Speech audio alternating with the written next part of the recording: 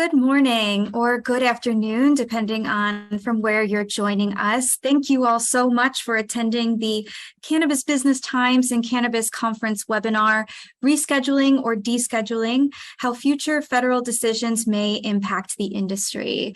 I am so excited to introduce our moderator here in just a moment, but just wanted to go over a few quick housekeeping notes before we begin our discussion today. Firstly, there will be a Q&A portion to this webinar. We'll start accepting questions around 1:50 Eastern, so please feel free to use the chat box or the Q&A box to submit your questions, and we will try to get through as many of those as we possibly can. Also, tomorrow is election day, and just wanted to give everyone a reminder that Cannabis Business Times is providing lots of midterms cannabis-related coverage. If you go to the next slide here, just want to show everyone on the Cannabis Business Times website, there is actually an election watch button at the top. And you'll want to make sure that you're subscribed to our newsletters to make sure that you're the first in the industry to know about the latest cannabis industry news and developments, including the election tomorrow. Lastly, just want to share a quick reminder that Cannabis Conference 2023 will be taking place next summer, August 15th through 17th, 2023 at the Paris, Las Vegas. Cannabis Conference is Cannabis Business Times' yearly event, which is the leading educational provider for plant-touching businesses. And actually everyone on this webinar today has been a speaker at our show in person in Las Vegas and can attest to the experience that it provides. So encourage everyone to go to cannabisconference.com, sign up for updates there, and make sure you save those dates for next year. And with that, that's all from me. We're going to dive right into the discussion. We have lots to cover today. So I'm very pleased to introduce Mason Walker, the CEO of East Fork Cultivars, who will be leading our discussion today. Hi, Mason. Thanks so much for joining us. Thanks, Cassie, and good day to everyone. I'm really looking forward to this conversation. We have three very plugged-in experts to comment on this topic today. I'm looking forward to introducing them. First, a quick bit about me. My name is Mason Walker. I'm the CEO of East Fork Cultivars. We're a vertically integrated, family-owned cannabis and hemp business in Oregon. And in a former life, I was a newspaper editor. So I have some experience asking people questions, and I'm really looking forward to asking some today. This is a hefty, deep topic, and we only have an hour, so we won't take too long with intros here. But let's turn it quickly to our panelists. We have Jared, Chris, and Wendy. If you all could give a very brief introduction of who you are, just set the context for the topics you'll be discussing today.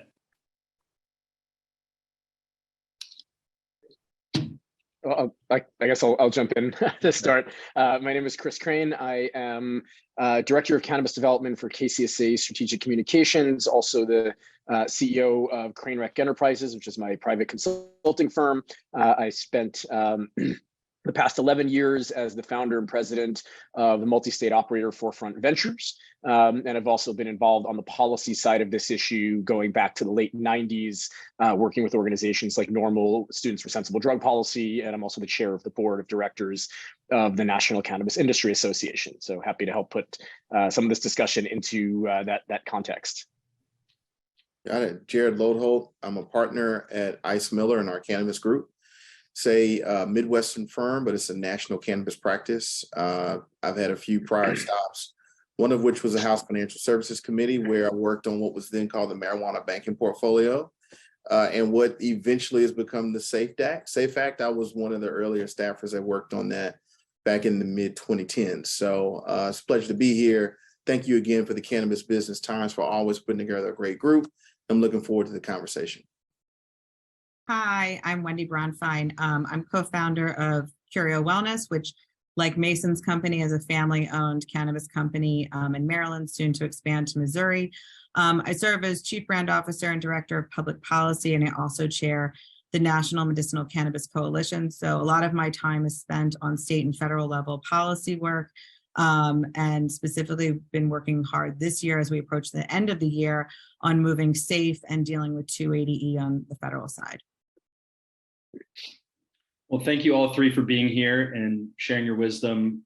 Let's start out with Chris. Now, Chris, could you walk us briefly through the topic at hand here and just set the stage on what rescheduling and descheduling is and why we're discussing it today? Sure. So for proper context and without getting too wonky and historical, this is a subject I've done lectures on. So the reason cannabis is illegal at the federal level today is because it is classified as a Schedule I substance under the Federal Controlled Substances Act, which was a law passed back in 1970. Which breaks basically all controlled substances into, I believe it's 7 schedules from schedule the higher schedules, which basically have little potential for abuse. It can be sold over the substances can be sold over the counter, all the way up to Schedule I substances, which are recognized as having no recognized medicinal value and a high potential for abuse, which is where cannabis currently sits. Despite the fact that that has been litigated a few times through the federal courts, the DEA's own administrative law judge on multiple occasions has found that cannabis should be moved to a different schedule. Schedule I is not appropriate. And yet the DEA, the federal government, or any agency of the federal government has refused to take any action on this to date and has left it in Schedule I. President Biden, when he made his announcement a few weeks ago, most of what was covered when you read the media reports of it was the pardon announcement, the fact that he was pardoning anybody serving time for a federal cannabis possession offense, which actually amounts to less than 6,000 people, relatively small, but still symbolic and important. The first time a U.S. president has ever done something like that. The part that got less attention was that the president called for a scheduling review of cannabis and a review of where cannabis is currently scheduled and where it should be. He called on the Department of Health and Human Services as well as the Justice Department to engage in a federal level review and to come back with recommendations around cannabis scheduling. They did not say whether that means rescheduling to a lower schedule or descheduling, meaning pulling it out of the Controlled Substances Act altogether. That will depend on what those agencies recommend. But that's what we're currently talking about and looking at here today. Thank you, Chris. Well, with that stage set, we're going to spend most of the time today diving into what implications could happen or occur for our industry if we see a rescheduling or a descheduling with this review asked for by the Biden administration. So with that, I want to turn to a topic that really impacts the entire industry, no matter what level you're at, which is money. We have several angles here to get into, and I'll start with you, Wendy. Wendy, can you go into a few of the aspects of capital and how it may impact the industry if we do see a rescheduling or descheduling, including access to capital, banking and credit services, and 280E? And I know Jared has a lot to say on this topic as well. So if you want to just start us off here, Wendy, and then we'll turn to Jared to follow up with some depth.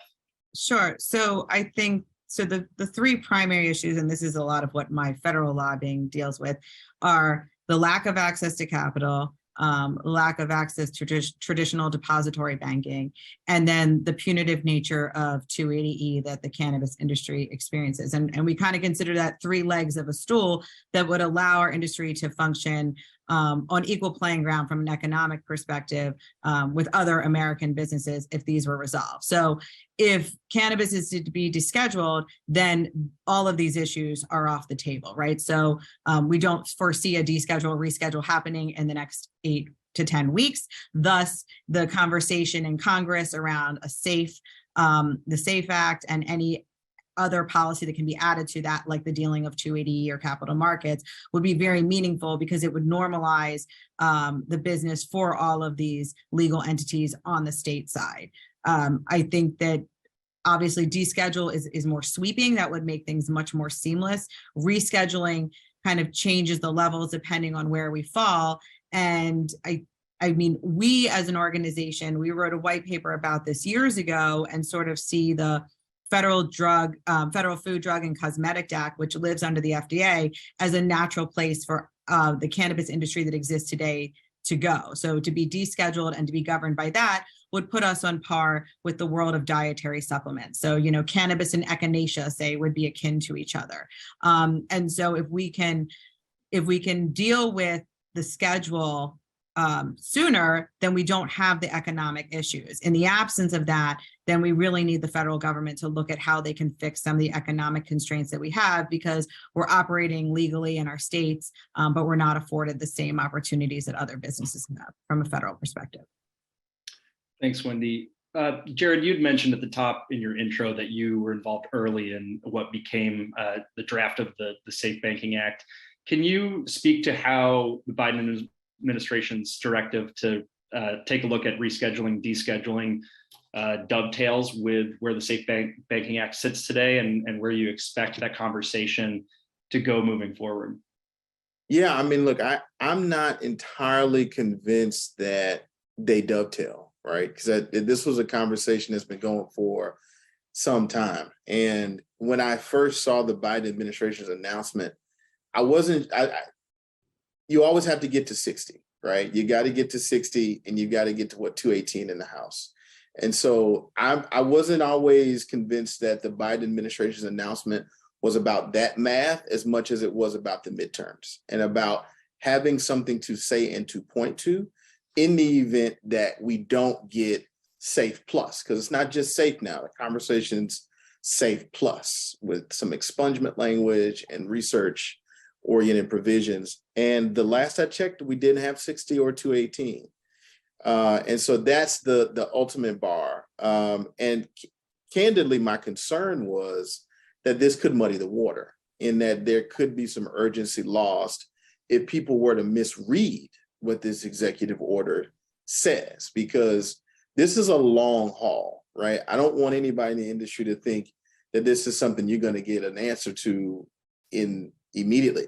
Now, the elections tomorrow, I think, are going to be the new clock, where if we see Arkansas, Maryland, Missouri, South Dakota, and North Dakota all say yes, all red states with the exception of Maryland, I think the politics shift just a bit, where we're like, look, this actually is something more people want, and there may be more cover for people from the states to vote yes on some of these things. But also, if Democrats lose as badly as some people think they will, then I think this administration may think they're on a 2-year clock, where they got to get something done before 2024.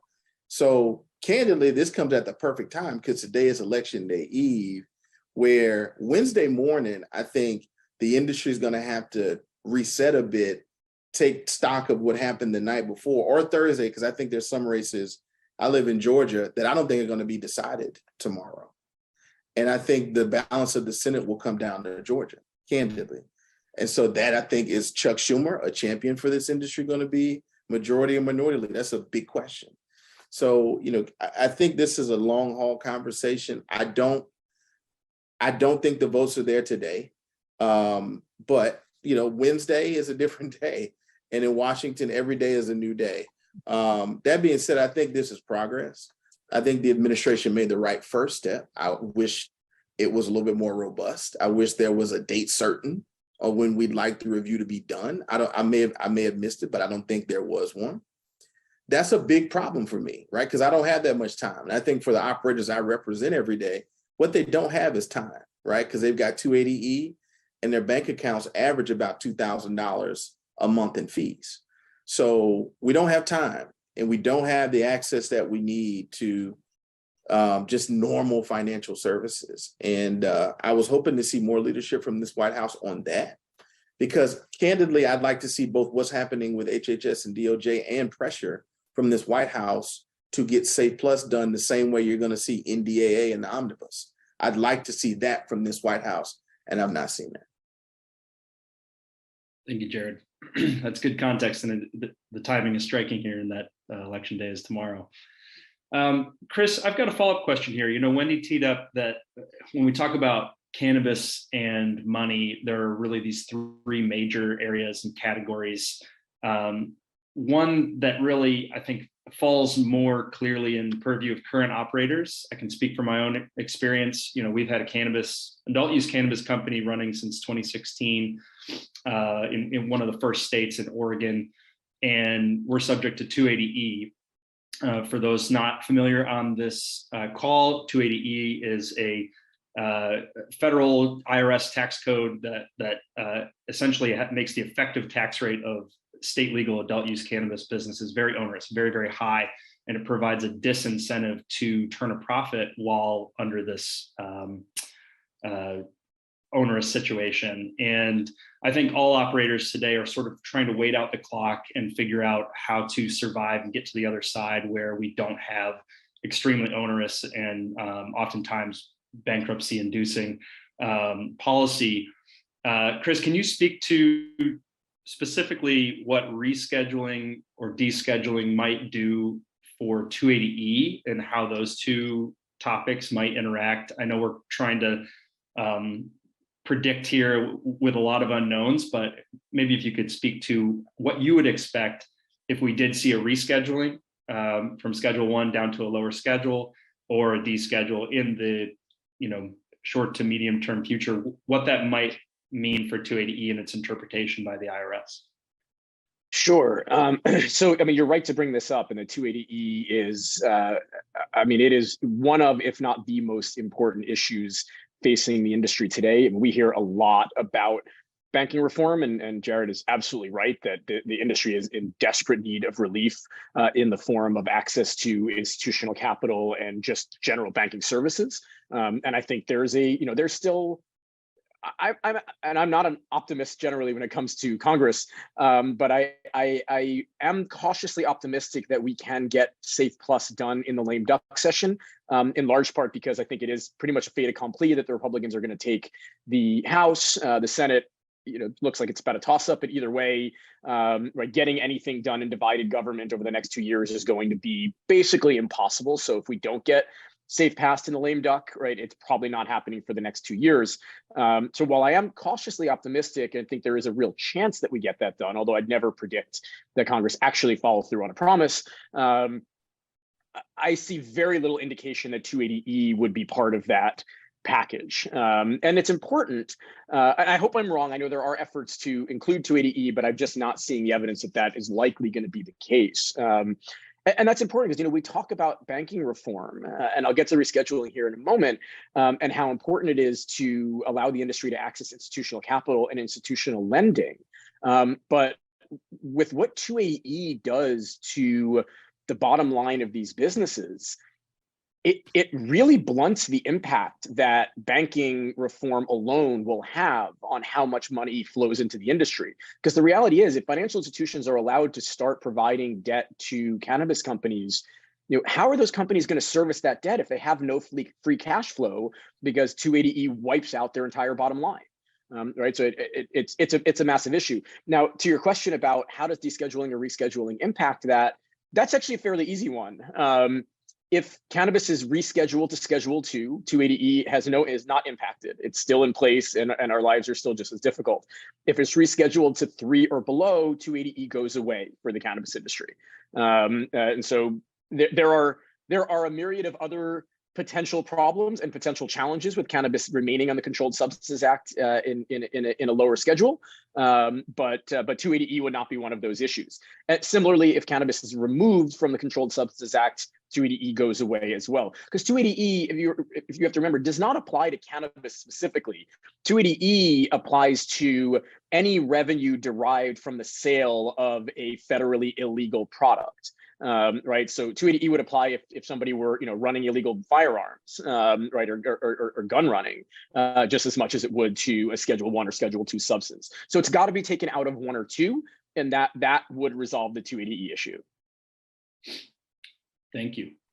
I appreciate your definitive answer there, and I think that's really helpful for setting our minds on expectations of what this process might look like to be a success for the industry. So thank you for that. One more question on money before we turn to another topic. I'm curious, Wendy, as a small business owner, I'm sure access to capital as you've grown has been really difficult. It certainly has been for our small company, and we've leaned heavily on friends and family loans and the like, without access to traditional credit or other loan products. Can you speak a little bit to what the impact might be specifically on your business if we saw a shift where traditional credit providers, large banks, all of a sudden are servicing the industry, and what kind of impact would that have on Curio and on your business specifically? So I think for us, or for anyone, the fact is that the capital markets are shying away from our industry because the federal policy changes that people thought would come along have not yet come along yet. So the risky investment does not seem as desirable, so to speak, at this moment, because there hasn't been a shift. And really going back to what Chris said, the 280E piece of it stays in play. And without that free cash flow, the opportunity isn't as interesting. We, being in Maryland, are very fortunate that we actually have a bank here in Maryland that is very entrepreneurial and has taken to investing in the industry. Actually, two different banks that both offer depository services and have done investment. It's very rare. I mean, we did an expansion last year and have a traditional mortgage, which is not normal at all. But I think that's where this issue is that these small businesses have massive inconsistencies depending on what state you're in. And so the federal change could really normalize the playing field. And so I think that's why it just really goes back to, I mean, we're beating a dead horse here, but part of the lobby that we've been making on the federal level is the banking is very important. It's a safety measure. It's part of that growth strategy for these businesses in general. But the 280E piece is huge. I mean, if capital markets were allowed, that will entice them further to reevaluate the space. But also for all these small businesses that exist, it's what's killing them.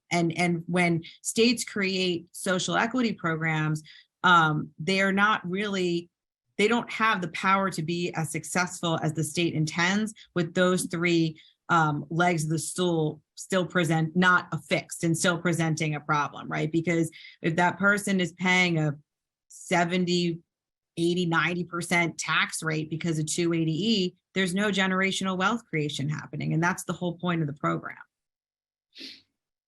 Well said. Well, we talked about money for a bit here. I want to move on to another topic. With the signal from the Biden administration to take a look at rescheduling, descheduling, I certainly felt a signal for our industry and the patchwork of small businesses and multi-state operators that currently exist. But I imagine there was an even bigger signal for large established industries, including food and beverage, tobacco, and pharmaceutical. Those sort of industries waiting in the wings to enter this space once there's more normalization and less risk in this industry. Starting with you, Jared, being an attorney representing the industry, can you speak a little bit to what this currently symbolic suggestion to take a look at scheduling might do for those big players, the pharmas, the big food and beverage Constellation brands, the big tobacco, what we might see from those players? Will it accelerate their toeholds in this industry? Are they still in the wait and see approach? What are you seeing from your perspective as an attorney? Mixed bag. I think from some of the other non-cannabis industry players, there's going to be some who I think have real interest, right? I think on the pharmaceutical side of things, you've already seen this somewhat in the DEA space with the special dispensation that DEA allows, some of the research-oriented partnerships. I think there's interest there that this could eventually lift the stigma and some of the barriers associated with that. I think if you're looking at some of the competitors or people who view themselves as competitors with some of your large beverage folks who may not be looking at the opportunity, right? Because obviously you've got the supply chains, you've got the manufacturers, you would think that they would say, hey, look, there's an opportunity for us to incorporate some kind of THC infused product. I think there's some of that are enterprising, but I still think some of your larger players in Washington have either been quiet or are quietly going to do what I'm encouraging the industry to do, which is we should all act as if this is our best chance to get the clarity we've been seeking for a long time. And that's not only pushing HHS and DOJ to do this in a hurry, but to introduce science, right? Because, a point I wanted to make sure I made today was tobacco and alcohol are both exempted from the Controlled Substances Act, and sugar and salt are not even covered. And those are 4 substances that are far more addictive than any of the things that we're probably talking about on this call. So this is as much politics as it is science. And so, because if it was truly about the science, it would never be Schedule 1 to begin with, right? And so I think that for the industry, there are a lot of really important stakeholders that I hope we engage, like the medical community, other people who are third-party validators who can say, look, this thing has no business here, it should be here. And so I think beyond the industry players, they're going to be a mixed bag. I think within the cannabis industry, there are going to be some people who like the status quo, right? For a lot of reasons. But also, candidly, I mean, look, I don't think a lot of folks are really welcoming kind of an FDA-led world. That's an expensive proposition, right? The compliance it takes to hire the FDA attorneys to kind of walk product through, that's a different world than the one that we're in now. And the question is, who can afford that compliance, right? And I think that for your smaller company is going to be a very real challenge, right? And so I think, to Chris's point, if we get 3 to 5 or deschedule 280E, clear, right? I think the banking gets a lot clearer. I think you're going to see a lot more banks and other financial services providers enter the space. But then you've got a product that the compliance team you're going to have to hire to get things on the shelves has to be a lot bigger now, right? So I think that may introduce a dynamic to the industry that everyone may not welcome. So what I'm seeing is people are kind of all over the map. It kind of, where you stand depends on where you fall, right? And I think candidly, that's kind of all over the map. And that may explain why you've not seen the kind of political will I think some people have wanted to see, is because you may have 5 meetings with 5 people in the cannabis industry and you may hear 5 things because they may want 5 different things. And so my hope is after tomorrow, we'll see some clarity of where people need to focus their attention. And my hope is that happens soon, because we need it. And yes, it should start with lame duck. It should start with Safe Plus, independent of what happens with the administration and the executive branch. But in 2 months, in January, hopefully we've gotten Safe passed and we've gotten Safe Plus and we've gotten something done. Then we can focus on, how do you push Congress to push HHS and DOJ to do this faster? Because again, this industry needs far more clarity than what Safe Plus can provide. So Wendy, I know you have a very specific example of something small businesses or current operators can do to sort of prepare for potential futures, but I want to start with Chris. Do you have advice for current owners, operators in the industry today on how we might be able to prepare for those larger industries, the big players like I talked about, entering this space, both from a sort of protecting what they've already built, but also just making sure that they can be ready to compete when larger, more resourced industries come in. Today across the country, the vast majority of cannabis operators are small, independent owner operators, but that could change very quickly here. So do you have some advice that you could maybe give, Chris, for today's operators on how to prepare for that additional competition we may see here shortly? Yeah, it's a question I get a lot, and to be honest, it's a very difficult one to answer, because we don't know what eventual federal legalization is going to look like. Like, people talk about legalization as if there's sort of one solution, but there's a lot of different ways that this can go. Right, for everything from Nancy Mace's, Congresswoman Nancy Mace's bill on one hand, that would essentially just leave it to the states. right? And say the federal government's just going to be completely hands off, but we're not going to really handle much around regulations. We're going to leave this to the states. They can make their own decisions. That's a very different competitive environment than the federal government saying, hey, we're going to fully legalize, we're going to put this under the purview of ATF, and we're going to open up full interstate international commerce.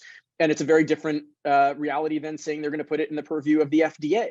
And I think Jared is absolutely right. I mean, that putting this all within the FDA is like the death knell for 90+% of businesses that currently exist in cannabis. Because you're right. I mean, if you want to ensure that only the deepest pocketed players in the country can own this space, you put it through the FDA, because that approval process is extremely expensive and cumbersome. I mean, I look at, for example, what happened in the vaping world.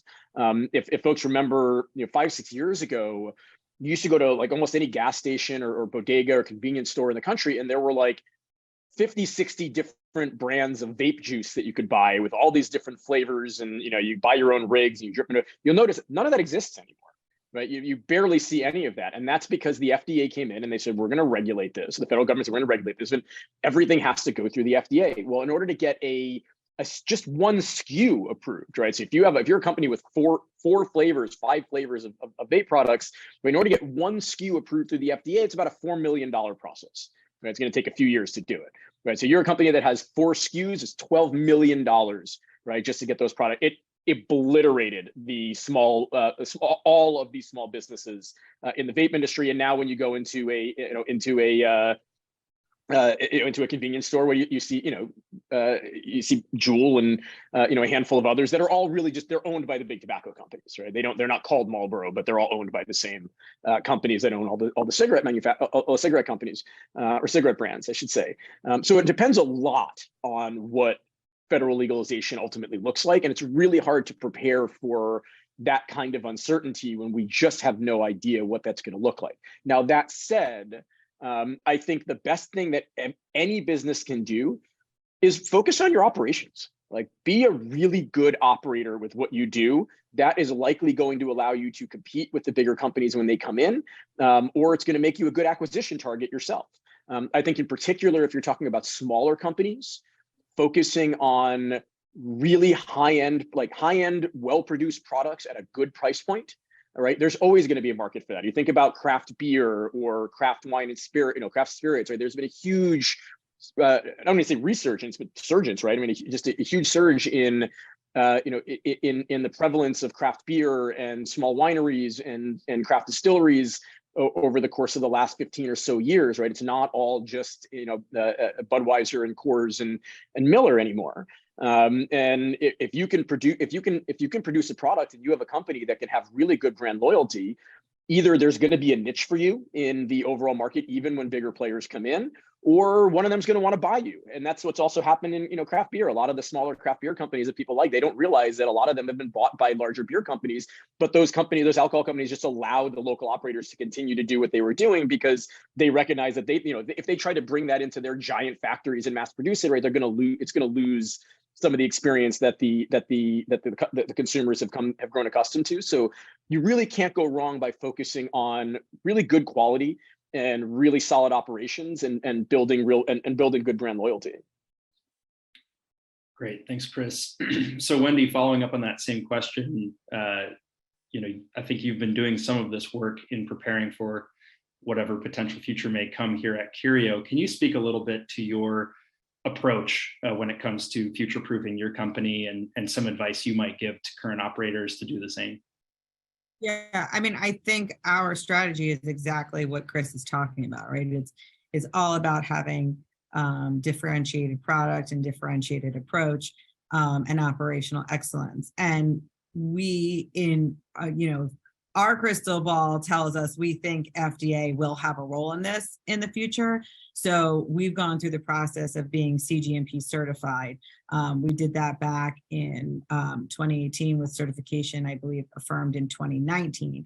So that is about accountability and traceability, right? So it's a third party that has validated our processes, our training, our facilities, our supply chain in terms of the standards that we meet to operate every day, and puts us in line with what the FDA would require in the future and is far beyond what the state's program requires. So, that's our investment in the future. But, there's also, I think there's, like, to Chris's point in terms of getting yourself ready, there's multiple ways you can be ready, right? If you think that at some point capital markets will open and you could be traded on an exchange here in America, then you're going to be thinking about the financial health of your company and your audited financial statements and things like that. So it's all kind of like, where is your path going and how do you want to make yourself ready for that? Because as been said here, the federal government doesn't move quickly,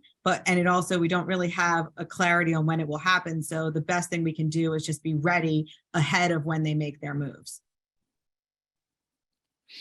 Great. Well, I guess the theme I heard there was tighten up the ship, get your operations really strong, focus on brand and quality. And I would wholeheartedly agree with that. That's our company strategy as well, and how we'll best prepare for the future, however it may unfold. We're going to turn to a topic that I'm really passionate about and have been involved with, and I know you all have good things to comment on. As we all know, we're sitting here today and nearly 20 states have adult use programs.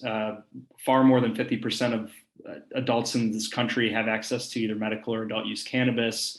And that's all while cannabis is a Schedule I drug at the federal level and is illegal still. All of that change has come at the state level. It's been driven by states, and of course, famously started in Colorado and Washington with ballot measures back in 2012. We saw the Cole memo shortly follow after that, but that was just like, oh my goodness, we need to, not get in the way of this. And that Cole memo, I know, was leaned on by lots of other states that took just a DOJ memo and ran with it. Here we are 10 years later, and cannabis is very normalized for this industry in the states that it exists in, and new states are legalizing every day. Of course, all with the backdrop that this is still not federally allowed. So with that, I want to talk a little bit about what we might see, how we might see legalization continue to unfold, set aside rescheduling and descheduling, what the path forward might look like. And one topic I'm particularly interested in is interstate commerce. Do we think that this signal, just by the Biden administration, could lead to interstate compacts and the sort of next bold step by an enterprising state that decides they want to send their cannabis across state lines to another state to receive it? Let's start with you, Chris, because I know that we talked a bit about this last week. I'd love to hear your thoughts on how we might see the next stage of legalization happen, led by states. So, this has all been led by states, right? And I think it's gonna continue to for the foreseeable future. As we mentioned, the Republicans are going to take at least the House, if not both the House and Senate. I think that means that the prospects of getting legalization passed through Congress in the next 2 years are virtually zero.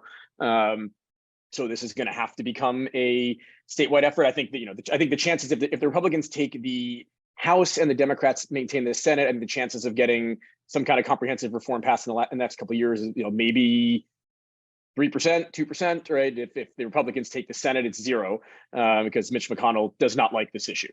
He's made that very clear. He doesn't like it, doesn't want it. It's not going to allow it to happen on his watch. So given all of that, we got to continue to look at the states. I think as Jared mentioned, where we've got 5 states voting on this tomorrow. I'm not predicting a clean sweep. I know that's been the norm recently, but midterms are a lot tougher. And the polling in South Dakota and North Dakota in particular has been not good. Although, polling in those states in particular is pretty sparse. And polling on cannabis has tended to underrepresent support. We tend to outpace our polling when it comes to general elections. So it wouldn't shock me if we have a clean sweep, but this feels like a year that we're going to win a few of them. Right? We'll win Maryland. I think we'll win Missouri and Arkansas. The Dakotas, I'm less optimistic about. And then, frankly, it kind of continues to be wash, rinse, repeat at the state level. There are still states out there that have ballot initiative processes that we have not run initiatives in yet. Those remaining states are increasingly more and more conservative. So I think we're probably generally better off running those in presidential election years than in midterms. Because we tend to get a higher turnout among young voters, where support tends to be a lot higher. We just do better in presidential years than we do in midterms on this issue in general. But there are a number of states. We'll see Oklahoma is going to vote on this, I believe, in March in a special election. I expect that'll pass. And then we can start going to other states with ballot initiatives. Mississippi, I think a bunch of the other southern states have them that we might start looking at in the next presidential election. Florida, tough one for a ballot initiative because you need 60% to win in Florida. And that's a pretty high bar to meet. Would definitely have to be in a presidential election. And then we got to start going back to legislatures. I mean, the reality is only about half the states in the country have a ballot initiative process. There are states where you can get, Maryland is a good example of one that technically doesn't have a citizens initiative process, but the legislature can send something to the ballot like they've done this year. Same in New Jersey. But we're going to need more legislatures to start working on legalization. And that's been the point, right? You need to do it in the states with ballot initiatives first, because you need to demonstrate that the public is supportive, because the public is always ahead of politicians on these issues. This was the playbook for medical cannabis, right? We got it done in 13 or so states via ballot initiative. Then state legislators started following suit. We've seen the exact same playbook used here for when it comes to legal adult use cannabis. Passed a bunch of ballot initiatives first. Illinois became the first state to fully legalize the legislature. Now we've seen other states like Connecticut and New York follow suit. And I think you're going to see other states, and I would particularly look to states in the Midwest to follow suit with ballot initiatives. I think Pennsylvania is a very interesting one. I think there's a real chance that Pennsylvania becomes the first Republican legislature to pass legalization, if only because they're literally going to be boxed in by other legal states here within the next few years, particularly if and when Ohio goes legal in the 2024 elections, if not before. And I think that's the next wave, is Republican legislatures passing legalization. We've never seen that happen before. So far, all the legislatures that have done it have been Democratic controlled. But this issue is increasingly popular among Republicans. It's increasingly popular among younger Republicans, and state legislatures tend to skew younger than Congress in general. And you just don't see that pushback from millennial or even so much Gen X Republicans as you do with older Republicans. And you look at the makeup of congressional leadership, right? It's pretty septuagenarian and octogenarian, to not exactly our demographic, particularly among Republicans, but the state legislatures are different. But I also think that means we're probably going to see legalization at the state level that looks a little different than the type of legalization that we've seen in the past. Right, you may not see the same kind of emphasis on social equity when it's being passed by a Republican legislature and signed by a Republican governor than the type of comprehensive equity-focused laws that we saw in states like New York or Illinois, or the follow-on legislation and regulations in places like Massachusetts. And so that will be a whole new wave for us to take a look at, and we're going to need folks with real influence among the Republican Party to help make sure that not only do these get passed, but they get passed in a way that enables a thriving industry to grow. Can I add something to that? That's fantastic, Mason. I think, to Chris's point, I think there's a through line here between some kind of scheduling clarity, right, that could give way to some kind of interstate cooperation. If some people feel more comfortable, right, that the stigma's kind of lifted, they're in the really clear Schedule 1 legal can't do it, right? I think if there's clarity on scheduling, you may have more states wanting to cooperate. In the meantime, you're going to have, I think, a pretty good night tomorrow. Maybe not a clean sweep. I'm hoping for one, but a good night tomorrow. And then you've got legislatures coming back in January, where I think a lot of Mississippi and Alabama's already off the ground, right? And so I think you've got some red states. Louisiana is kind of loosening things up. So that I live in Georgia. I think the Georgia law right now is just kind of really difficult to really get anything out of. So I think some states are going to revisit what they've done before. I think you got states like South Carolina that may actually make progress in 2023. And so when you look at the types of states and you look at where Washington's going, which is some form of Republican control, one of both houses, the really important piece about state legislatures run by Republicans passing this means that Republican primary voters don't hate this issue anymore. And I think ultimately, if you want to get to 60 and you want to get to 218, you got to get people comfortable thinking they don't lose a primary if, they're smoking the devil's lettuce, right? And I think in some of and I'm from South Carolina, so I'm okay talking about, my home state like this, but there are folks like my parents who are like, I don't know about this, but because of me, I think they've kind of loosened up. You also have states like Maryland, where I think you've got a governor who, when the addition of things passing tomorrow, I think is really going to embrace this. And I think there's a leadership void, I think, candidly, in American politics at the executive level, where I think California is trying to be this in Gavin Newsom, but that market in California is a mess. I think we can all agree that that's a mess. Whereas Maryland, I think, kind of has the right ingredients for a lot of different things politically, where you've got a really progressive legislature, a really kind of young, fresh governor. Now, I think tomorrow, a brand new regulatory framework that voters are going to approve tomorrow, or at least the beginning of one. So I think you're seeing progress in the right places, but it is time, I think, if you're in the industry, to make some Republican friends, because ultimately that's kind of where the challenge is. And I would actually say spending more time in these state capitals with Republicans probably may be a higher and better use than Washington today, because Washington moves slower. And I think, to Chris's point, if you look at leadership, the folks who lead committees, they're not going to be focused on this. They're going to be doing Hunter Biden, investigations and whatever else. And that's the House Judiciary. Candidly, that's Jim Jordan.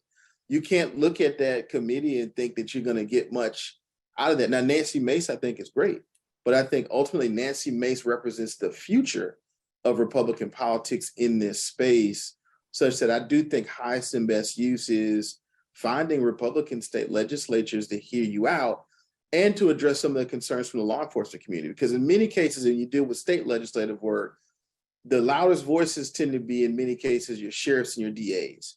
And so I think there's a real conversation to have with your law enforcement community to move some of these state, regulatory frameworks forward for cannabis that can trickle up to Washington's. Because I think sometimes we have a Washington down approach, when in fact, I think the state up approach is probably more fruitful from both the marketplace and a political perspective. So I think tomorrow's going to be a good day for cannabis. It might not be a good day for Democrats, but I do think tomorrow will be a good day. And if it is a bad day for Democrats, I think that the pressure is on for this rescheduling conversation to be far more accelerated than I think it would be if Democrats were to just kind of win and surprise everybody. Because I think we'll all be operating under the assumption that we may have a one-term president, which is a very different conversation. But Washington operates very differently on deadlines. And I think tomorrow will tell us what deadline we may have. Very good point, Jared. We've had a lot of good questions roll in, and I want to leave time here. But before I kick it back to Cassie to dive into questions, I want to hear Wendy's take on this. To reframe the question again for you, Wendy, I'm curious to hear your thoughts on what sort of leadership we might see from the state level, if there's a next step, if you will. And, my hope as a producer state in Oregon here is that step would be interstate, some bold interstate compacts that are, move forward out of confidence from this, small but symbolic federal action. Can you speak a little bit to that and your view as a single state, soon to be multi-state operator? And then, if you would keep it brief, just so we can leave some time for questions here too. Yeah. I mean, and I think we know that we've seen that in California with the opening of some interstate. If that's a similar law to what Oregon has, correct? Yeah. But I think it's a hard piece of the puzzle, because if you go back, I think the farther you go east, I think the more difficult it will be, specifically because of the focus on those social equity programs, right? Because if you have like this fiefdom and now you bring in interstate, well, this opportunity just became much harder. And then you layer in the banking, the capital markets, 280, right? It's just an opportunity to be gobbled up. And maybe for some people, that's what they're looking for, because selling is another pathway to generational wealth. But I think a lot of people are trying to build a business and they're going to need time to do that. So I don't necessarily see that happening particularly fast. I also don't know if like, that also you consider the international element of it, if people want it, the influx from Canada or anything like that. I think that, I think we're probably likely to say state by state, and maybe state agreements would happen first. And I just feel like I should say that this group is absolutely right, that to lean on Republicans, they are a part of the conversation. And I think if these states do pass, it's the peripherals that start to change things, right? Who does that state butt up against? And the truth is that it's probably going to come into their state from their neighbor. And then they start to say, well, I want the tax revenue and I want this and that. And so I think at the end of the day, the Republican movement on the issue is probably the next wave of our future. Great. Well, we should turn it to questions here. Cassie, are you ready to take back over here? I sure can. Yes, thank you Thank so you. much. What a fantastic discussion. And we have so many questions here, so I'm going to try to get through as many as we can in the next 9 minutes or so before we wrap up. The first one, though, was directed at Jared. And Jared, thank you for answering this in the chat, but I think it's important to address more broadly. We had an attendee ask, in your opinion, if rescheduling were to occur, would you see the FinCEN requirements for banks on reporting indirect marijuana-related businesses, aka ancillary businesses, going away? Possibly, but what I noted in the chat was we've got a lame duck session that would happen and conclude far before any rescheduling conversations happen. And like that's literally now. Congress comes back November 14th and they'll be in until probably right before Christmas. That to me is the prime time, because if you get the SAFE Act or some iteration of it passed, or at least the draft, the most recent version, FinCEN would provide guidance to that question of what types of reports you'd have to file in connection with banking the business. And I would presume that would be something would be improved, right? Otherwise, why would you pass this? So they could be eliminated or they'd be modified. And I think that's the type of guidance you get. Because if you look at SAFE, it's a safe harbor and it says banking regulators tell us how you expect regulated entities to comply with this space where we've now, if it's in your state and people are operating legally, you can bank it. But in terms of what supervisors and examiners look for, that's what this guidance would do. And that would include things like reporting. So I think the immediate opportunity, if you want to see less reporting or reporting that seems to fit the actual risk, you want SAFE passed. And you want the guidance from SAFE passed. And I think the timing of it, you're going to see that before any rescheduling. But rescheduling without SAFE doesn't automatically mean things just go away, right? And so I think that's why you need both, because you actually do need regulators to weigh in pursuant to a congressional authorization to specifically address issues like this. And I think that's why it's important to have SAFE and to do a rescheduling or descheduling. But I do think SAFE is still an important first step, even though unfortunately, I don't think we have the votes. I would hope that maybe there's some energy post tomorrow to get it done, because we know what will happen. And so things happen in Congress all the time. Dynamics change when we see politics change. So that's my hope, that we'll see renewed energy around it for this lame duck session. Thank you so much for expounding on that, Jared. Our next question here revolves around 280E. And just to put some context around this, the industry is facing, in many states, a lot of price commoditization. We're seeing wholesale prices in major markets like Colorado, Washington, Oregon, et cetera, going below $1,000 per pound wholesale. So I think this question is really relevant. Do we think that the impact of 280E, if that were to go away with Schedule 3 or lower, how do we think that would impact, wholesale prices, retail prices going forward? So I think, Chris spoke to this before, that 280 really takes away a lot of free cash flow. So I think that reinvestment in the company is what's missing, right? So just to kind of play that out, say that free cash flow allows you to invest in automation, which helps to bring down your cost of goods, then potentially that could translate to a lower wholesale price that allows you to hold your margin. And then thus that lower wholesale price is paid forward on the retail level, where that store still holds its margin. So I think all of that kind of opens the opportunity up, but the free cash flow is at the mercy of the company as to how they're going to use it. They could be using it for research and development, it could be used for a myriad of things. Great. Anybody else want to add to that? I have another thought on that. Speaking for our company, we have sort of aggressively pursued not having a taxable income, because of 280E. And so our cost structure is very different. And it's actually related to what Wendy said. Our cost structure is very different than it would be without 280E.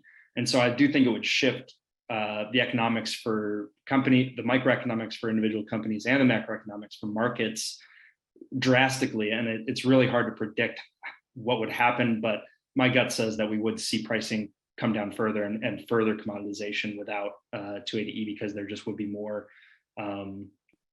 cash to, as Wendy said, to invest in automation and operations, R&D as well. That's just certain things that are not deductible currently. Got it. Absolutely. Just a clarifying question here. Does the panel anticipate that FDA would allow the existing state legal market to continue under a reschedule where the FDA is involved? Why or why not? And also, does the FDA have that power over the state's laws?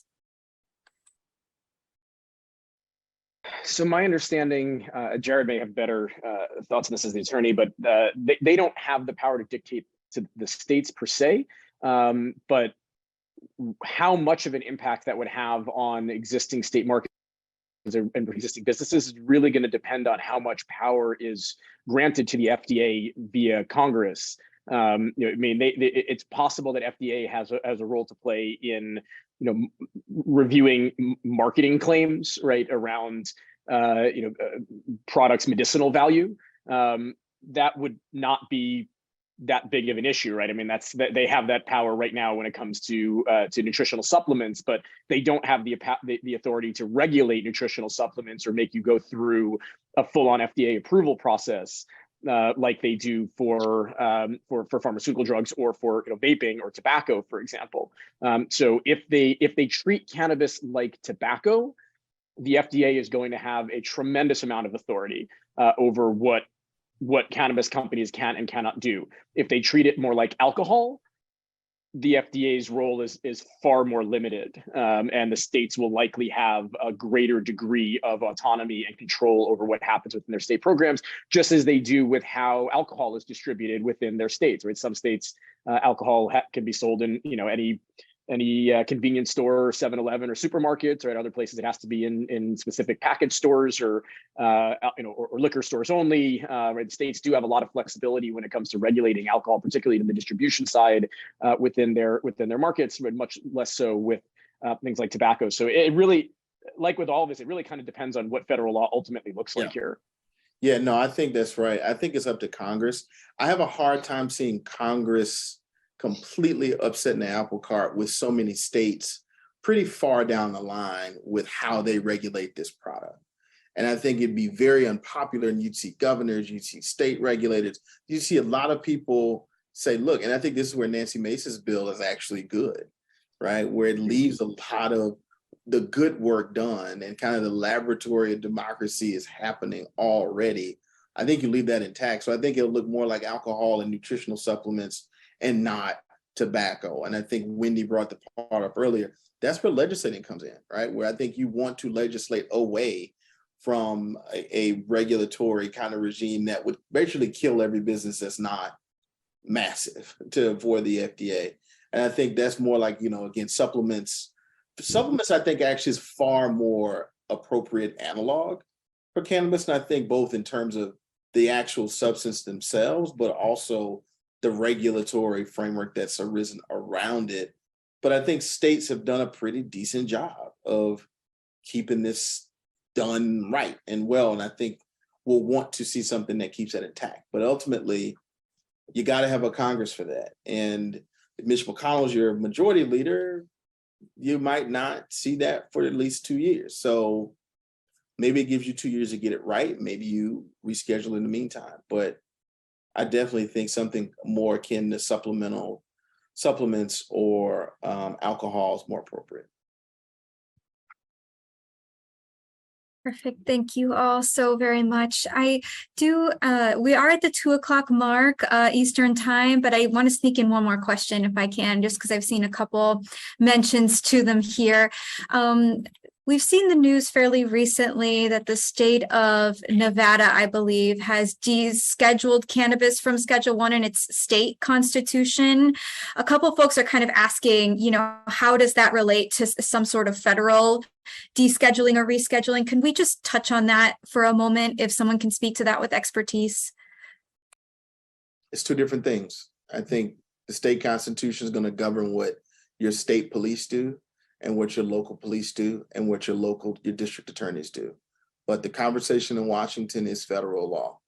Now, the interesting intersection is when federal and state law conflict, and there's an issue kind of right where it happens. But this is a very different thing. And states may do that, but it doesn't, that's two different conversations.